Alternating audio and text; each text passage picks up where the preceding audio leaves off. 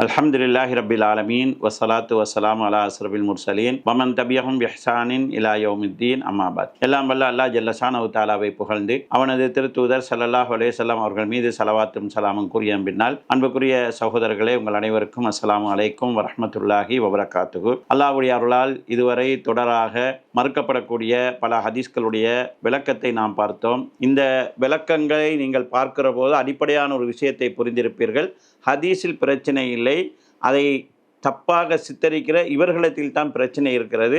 ஹதீஸில் இல்லாத சில செய்திகளை சேர்த்தித்தான் இவர்கள் ஹதீஸில் குழப்பத்தை உண்டு பண்ணுகிறார்கள் என்கிற அடிப்படையை நீங்கள் புரிந்திருப்பீர்கள். பொதுமக்கள் ஒரு தெளிவில் இருக்க வேண்டும். இவர்கள் வழிகேடர்கள் என்று தெரிந்துவிட்டால் அவர்கள் சொல்லக்கூடிய எல்லாவற்றுக்கும் விளக்கம் தேடாதீர்கள். அப்படி விளக்கம் தேடிக்கொண்டிருந்தால் இதுவே நம்முடைய வேலையாக இருக்கு. கிழமைக்கு கிழமை ஏதாவது ஹதீஸை மறுத்துட்டிப்பாங்க, அதுக்குரிய விளக்கம் என்ன என்று நம்ம தெரிஞ்சு கொண்டிருக்கோண்டா நமக்கு ஹதீஸை விளங்குறதுக்குரிய டைமே இருக்காது. இவங்களுடைய தப்பான விளக்கத்தை விளங்கி அதுக்கு மறுப்பு என்னென்று விளங்குறது தான் எங்களுடைய வேலையாக போகும். எனவே வழிகேடர்கள் தெரிஞ்சிட்டா அதை விட்டு ஒதுங்குறது, இதை நம்ம கவனத்தில் எடுக்க வேண்டும். அன்புள்ள சகோதரர்களே, மீதி இருக்கக்கூடிய இந்த 2 நாட்களிலும் சுருக்கமாக சில விஷயங்களை சொல்லி இந்த தொடரை நிறைவு செய்கிறோம். இந்த ஹதீஸ் மறுப்புக்கெல்லாம் அடிப்படை காரணம் ரசூல் ஸல்லல்லாஹு அலைஹி வஸல்லம் அவர்களுக்கு செய்யப்பட்ட அந்த சூனிய ஹதீஸை மறுத்தது. சூனிய ஹதீஸை மறுத்ததுக்கு அடிப்படை காரணம் என்னன்னு கேட்டால், இவங்களோட பகுத்தறிவுக்கு அது முரணாக இருக்குது. இதுதான் அடிப்படை காரணம். எனவே அந்த ஹதீஸை நான் ஏற்கனவே சொன்னது போன்று இல்லாததை குறித்து சித்தரித்தார்கள். நபி ஸல்லல்லாஹு அலைஹி வஸல்லம் அவர்களுக்கு சூனியம் செய்யப்பட்டதாக வரக்கூடிய ஹதீஸில் சொல்லப்படுறது என்ன என்று கேட்டால், நபி ஸல்லல்லாஹு அலைஹி வஸல்லம் அவர்களுக்கு சூனியம் செய்யப்பட்டது,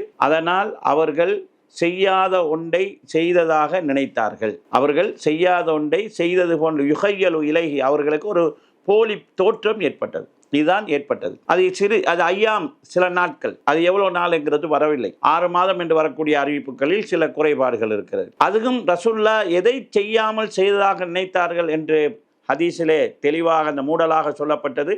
வேறு சில அறிவிப்புகளில் தெளிவாக வருகிறது, நபி ஸல்லல்லாஹு அலைஹி வஸல்லம் அவர்கள் தம் மனைவிமாரிடத்தில் செல்லாமலேயே சென்றதாக நினைத்தார்கள். அதாவது அவருடைய குடும்ப வாழ்க்கையில் இந்த பிரச்சனை ஏற்பட்டிருக்கிறது. இதை எப்படி இவர்கள் சித்தரித்தார்கள் என்றால், இவர் ஒன்றை செய்துவிட்டு செய்யவில்லை என்கிறார், செய்யாததை செய்தேன் என்கிறார், சொல்லிவிட்டு சொல்லவில்லை என்கிறார், சொல்லாததை சொன்னேன் என்கிறார். இப்படி நடந்துச்சுன்னு சொன்னால் மக்கள் இவரை ஏற்றுக்கொள்ளாமல் போயிருக்க மாட்டாங்களா, என்ன இவரை உளம்புறான்னு நினச்சிருக்க மாட்டாங்களான்னு இதை இவங்களா டெவலப் பண்ணாங்க. ஹதீஸில் இல்லாததை இவங்க சேர்க்குறாங்க. அப்போ தான் மக்கள் யோசிப்பாங்கோ, இப்படி மக்கள்கிட்ட இப்படி பரவலாக ஒரு விஷயத்தை செஞ்சுட்டு செய்யலைன்னு சொன்னால், செய்யாத செஞ்சேன்னு சொன்னால் மக்களுக்கு ஒரு அவநம்பிக்கை ஏற்படுமே என்கிற மாதிரி சிந்திச்சாங்க. ஆனால் ரசூலுல்லாஹ் அவங்களுக்கு என்ன நடக்குன்னு தெரியாமல் இருக்கல, தான் செய்யாததை செய்ததாக நினைப்பது, இந்த பிரச்சனை ஒன்று இருக்கிறது அவங்களுக்கு தெரிஞ்சிருந்துச்சு. அதுவும் அவங்களோட மனைவிமார்கிட்ட போனேன்னு நினைக்கிறாங்க. இது எப்படி மக்களுக்கு தெரிய போகுது? குடும்ப வாழ்க்கையில் ஏற்பட்ட பிரச்சனை. அல் குர்ஆனில் அல்லாஹு தஆலா சூரா பக்ராவுடைய 102வது வசனத்தில் வயதஅல்லமூன மின்ஹுமா மா யுஃபர்ரிகூன பைனல் மர்இ வ ஸௌஜி, கணவனுக்கும் மனைவிக்கும் இடையிலே பிரிவினை உண்டு பண்ணுவதை கற்றுக்கொண்டார்கள் என்று அல்லாஹு தஆலா சொல்கிறான். சூனியத்தினுடைய ஒரு வேலையாக கணவன் மனைவிக்கு இடையில பிரச்சனை உண்டாக்குறது சொல்லப்படுது. அதுதான் இங்கு ரசூல் ஸல்லல்லாஹு அலைஹி வஸல்லம் நடந்திருக்கிறது. ரசூலுல்லாஹ்வுக்கு போலி தோற்றம் ஒன்று ஏற்பட்டிருக்கிறது. அல்லாஹு தஆலா குர்ஆனிலே மூசா அலைஹிஸ்ஸலாம் அவர்களுக்கு அந்த சூனியக்காரர்கள் போட்ட தடியும் கயிறுகளும் யுஹையலு இலைஹி அன்னஹு தஸ்ஆ, நெளிந்து ஓடுகிற பாம்பு போல் போலியாக தோன்றியது. நாங்க சூனியக்காரன் கைத்தை பாம்பாக மாத்தினான்னு சொல்லவில்லை, தெளிவாக விளங்கிக் கொள்ளுங்கள் பொதுமக்கள். அவன் கைத்தை பாம்பா மாத்தல தானேன்னு சொல்லுவீங்க. பாம்பா மாத்தல, கயிறை பாம்பு மாதிரி காட்டினான். ஒரு போலி தோற்றத்தை உண்டு. அது சூனியத்தால நடந்துச்சா இல்லையா? மூசா நபிக்கும் அது பாம்பு போல தென்பட்டுச்சா இல்லையா? மூசா நபிக்கு மட்டுமில்ல, அங்கிருந்த எல்லாருக்குமே அது பாம்பாக தெரிந்து அவர்கள் பயப்பட்டார்களா இல்லையா? அப்ப சூனியத்தால எல்லாம் சாத்தியம், ஏதோ ஒன்று நடக்குதுங்கிற விஷயம் குர்ஆன்ல தெளிவா சொல்லப்பட்டிருக்க, குர்ஆனுடைய கூற்றை ஏற்றுக்கொள்ளக்கூடிய பக்குவம் இல்லாத பகுத்தறிவு என்கிற ஒரு முட்டாள்தனத்தை கையில வைத்துக்கொண்டு அதை வைத்து இந்த ஹதீஸை நிராகரித்தார். இந்த ஹதீஸில் இவங்க சொல்ற மாதிரி சொல்லப்படலை. அதே நேரத்தில் குர்ஆன்ல அநியாயக்காரர்கள் இந்த தபியூன இல்லா ரஜுலம் மஸ்ஹூரா, நீங்கள் சூனியம் செய்யப்பட்ட ஒரு மனிதரைத்தான் பின்பற்றுக என்று சொன்னார்கள். இந்த ஹதீஸை ஏற்றுக்கொண்டால் நாங்கள் அநியாயக்காரன் ஆகிடுவோம் என்கிற கோணத்தில் பேசினாங்க. அன்புள்ள சகோதரர்களே, மஸ்ஹூர் என்பதற்கு 3 அர்த்தம். சூனியம் செய்யப்பட்டவன், உணவு உண்பவன், சூனியக்காரன், 3 அர்த்தத்துக்கும் குர்ஆன்ல பயன்படுத்தப்பட்டிருக்கு. சூரா ஃபுர்கானுடைய 7, 8, 9 ஆகிய வசனங்கள் அல்லாஹு தஆலா சொல்கிறார், மாலி ஹாதர் ரசூல், காவிர்கள் சொல்றார், யாக்குலு தாம், இந்த ரசூலுக்கு என்ன நடந்துச்சு? சாப்பிடுறாரு. வயம்சி ஃபில் அஸ்வாக், பஜார்ல நடந்து திரிகிறார். லவ்லா உன்சில இலைஹி மலக்குன், அவரோட ஒரு மலக்கு வந்திருக்க கூடாதா? ஃபயக்கூனு மாஹு நதீரா, அவரும் இவரோடு சேர்ந்து எச்சரிக்கை செய்திருக்க கூடாதா? அல்லது இவருக்கு ஒரு புதையல் இருந்திருக்க கூடாதா? அல்லது இவருக்கு ஒரு தோட்டம் இருந்திருக்க கூடாதா? அதிலிருந்து அவர் சாப்பிட்டு இருக்க கூடாதா? வகால ஸாலிமூன இன் தத்தபியூன இல்லா ரஜுலம் மஸ்ஹூரா, அநியாயக்காரர்கள் நீங்கள் அவங்க சொல்கிற அர்த்தத்தை செய்கிற நீங்கள் ஒரு சூனியம் செய்யப்பட்டவரை பின்பற்றுகிறேன் என்று சொல்கிறார்கள். உந்துர் கைஃப தரபு லக்கல் அம்சால், நபியே உங்களுக்கு அவர்கள் எப்படியான உதாரணங்களை எல்லாம் கூறுகிறார்கள் என்று நீங்கள் பாருங்கள். பதல்லு, அவர்கள் வழிகட்டு விட்டார்கள், நேல்வரி பெற மாட்டார்கள். சூனியம் செய்யப்பட்டவர் என்பதை மட்டும் அல்லாஹ் இங்கு சொல்லவில்லை, சாப்பிட்றாரு, அவருக்கு ஒரு புதையல் இல்லை என்கிற எல்லாத்தையும் அம்சால் என்று அல்லாஹு தாலா சொல்கிறார். அதாவது இவர்கள் ஒரு மலக்கை நபியாக எதிர்பார்க்கிறார்கள், சாப்பிடாத ஒரு ஆளை நபியாக எதிர்பார்க்கிறார்கள். எங்களை போல சாப்பிடுவதை எப்படி நாங்கள் வழிகாட்டியாக ஏற்றுக்கொள்ள முடியும் நினைக்கிறாங்க. இப்படி நினைச்சா அவன் நேர்வழி பெறதுக்கு வழி இல்லை. நல்லா யோசிச்சு பாருங்க. இதே மாதிரி ஒரு வசனம் சூரா அல் அன்பியா 21வது அத்தியாயத்தின் 3வது வசனத்தில் இருக்கு. வஸர்ரு நஜ்வா, அவர்கள் ரகசியம் பேசுகிறார்கள். எவர்கள்? அல்லதீன தலமு, அநியாயக்காரர்கள் ரகசியம் பேசுகிறார்கள். அல் ஹாதா இல்லா பஸரும் மிஸ்லும், இவர் உங்களை போன்ற மனிதர் இல்லையா என்று அநியாயக்காரர்கள் ரகசியம் பேசுறாங்கன்னு அல்லாஹ் தஆலா சொல்கிறார். சூனியம் செய்யப்பட்ட மனிதர் என்று சொல்றவர்கள் அநியாயக்காரர்கள் என்று சொல்லப்பட்டுச்சு. அதே மாதிரி அநியாயக்காரர்கள் இவர் உங்களை போன்ற ஒரு மனிதர் என்று சொல்றாங்க என்று அல்லாஹ் தஆலா சொல்றாங்க. இப்ப நாங்க ரசூலுல்லாஹ்வை மனிதர் என்று சொல்றதா இல்லையா? நாங்க மனிதர் என்று எந்த நோக்கத்துல சொல்றோம்? இறைத்தன்மை இல்லாதவர்ங்கிற நோக்கத்துல சொல்றோம். அவர்கள் மனிதர் என்று எந்த நோக்கத்துல சொல்றாங்க? அவர் ஒரு நபியில்ங்கிற நோக்கத்துல சொல்றாங்க. வார்த்தைகள் ரெண்டும் ஒன்று, நோக்கம் வேறு. அவர்கள் மஸ்ஹூர் என்று சொன்னதனுடைய நோக்கம் இவர் பைத்தியம் பிடிச்ச உலர்றாங்கிற அர்த்தத்தை சொன்னாங்க.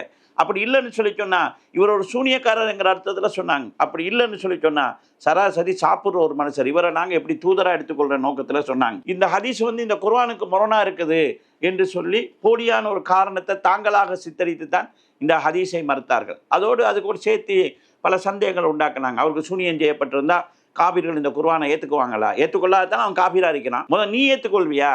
அதுதானே பிரச்சனை. அந்த இவர் ரசூல் ஸல்லல்லாஹு அலைஹி வஸல்லம் ஞாபக மறதி வந்திருக்குது. 4 ரக்காயத் தொழுகை 2 ரக்காயத்தை தொழுதுட்டு சலாம் கொடுத்துருக்கிறாங்க. 4 ரக்காயத்து தொழுகை 2 ரக்காயத்தை தொழுகை இவர் அல்லாஹ் கொடுத்த 4 வசனத்தை விட்டு போட்டு 2 வசனமா சொல்லிட்டாருண்டா என்கிற சந்தேகம் வரும்ங்கிறதுக்காக இந்த ஹதீஸை மறுக்கலாமா? ரசூலுல்லாஹ்வுக்கு உண்மையிலே இவங்க சொல்ற மாதிரி ரசூலுல்லாஹ்வுக்கு சூனியம் செய்யப்பட்டு என்ன நடக்குதுன்னு அவர் தெரியாம இருந்தாலும் சூனியத்தால் பாதிக்கப்பட்டது ரசூலுல்லாஹ் மட்டும்தான், அல்லாஹ் பாதிக்கப்படலை. அல்லாஹ்வுடைய கண்காணிப்புல தான் குர்ஆன் இருக்குது. குர்ஆனை பாதுகாக்கிறதுங்கிறது அல்லாஹ்வுடைய கண்காணிப்புல இருக்குது, ரசூலுல்லாஹ்வுடைய ஆற்றலில் உள்ளது கிடையாது. அப்ப இந்த ஹதீஸுக்கும் குர்ஆன் பாதிக்கப்படும் என்கிற வாதங்களுக்கும் சம்பந்தம் இல்லை. இந்த தவறான சித்தாந்தத்தை மக்கள்கிட்ட நுழைக்கிறதுக்காகத்தான் இது மாதிரி நிறைய ஹதீஸ் இருக்குது மறுக்கப்பட வேண்டியதுங்கிறத கொண்டு வர வேண்டி வந்துச்சு. சூனியம் சம்பந்தமாகவும் அதுக்கு சம்பந்தமாக வைக்கப்படக்கூடிய வாதங்களுக்கும் ஏற்கனவே பல விளக்கங்கள் சொல்லப்பட்டிருக்குது. ஹதீஸில் இல்லாததை இவர்கள் நுழைத்ததினால்தான் அது ஒரு விகாரமாக தென்படுகிறது. அந்த விகாரம் அதுல இல்ல.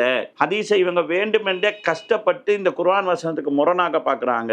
இந்த வசனத்துக்கு அது முரணா இல்லை. நாங்கள் இப்போ சொல்லல, இமாம் இப்னு கதீர் ரஹ்மத்துல்லாஹி அவர்களே இந்த வசனத்தை சொல்கிற போது உங்களை போல சாப்பிட்ற ஒரு மனுஷரை பின்பற்றுறீங்க நீங்க என்று அவங்க சொன்னாங்க. அதுதான் இந்த வசனத்துடைய அர்த்தம் என்கிறத சொல்றாங்க. மூசா அலைஹிஸ்ஸலாத்தை பார்த்து ஃபிரௌன், அதாவது அவர் அற்புதங்கள் செய்கிற போது பார்த்து அதுன்னுக்க யா மூசா மஸ்ஹூரா, மூசாவே உன்னை மஸ்ஹூரா நான் பார்க்கிறேன்னு சொல்றாங்க. அங்க அவங்க அதான் அங்க அற்புதம் செய்யறாங்க, மஸ்ஹூர்னு சொல்றான். அப்ப அற்புதம் செய்யறவனை சூன்யம் செய்யப்பட்டவன் சொல்லுவானா, சூனியக்காரன் சொல்லுவானா? அந்த இடத்துல மஸ்ஹூர்ங்கிறது சாஹிர்ங்கிற அர்த்தத்துல, சூனியக்காரன் என்கிற அர்த்தத்துல எப்படி பயன்படுத்தப்பட்டதுங்கிறது அதாவது எல்லா தப்சீர்களையும் இதை நாம் பார்க்கலாம். இப்படியெல்லாம் வழி இருக்கும்போது வரட்டுத்தனமாக மறுக்கிற ஒன்றே குறியாக கொண்டு செயல்பட்டு இந்த ஹதீஸ் மறுக்கப்பட்டிருக்கிறது.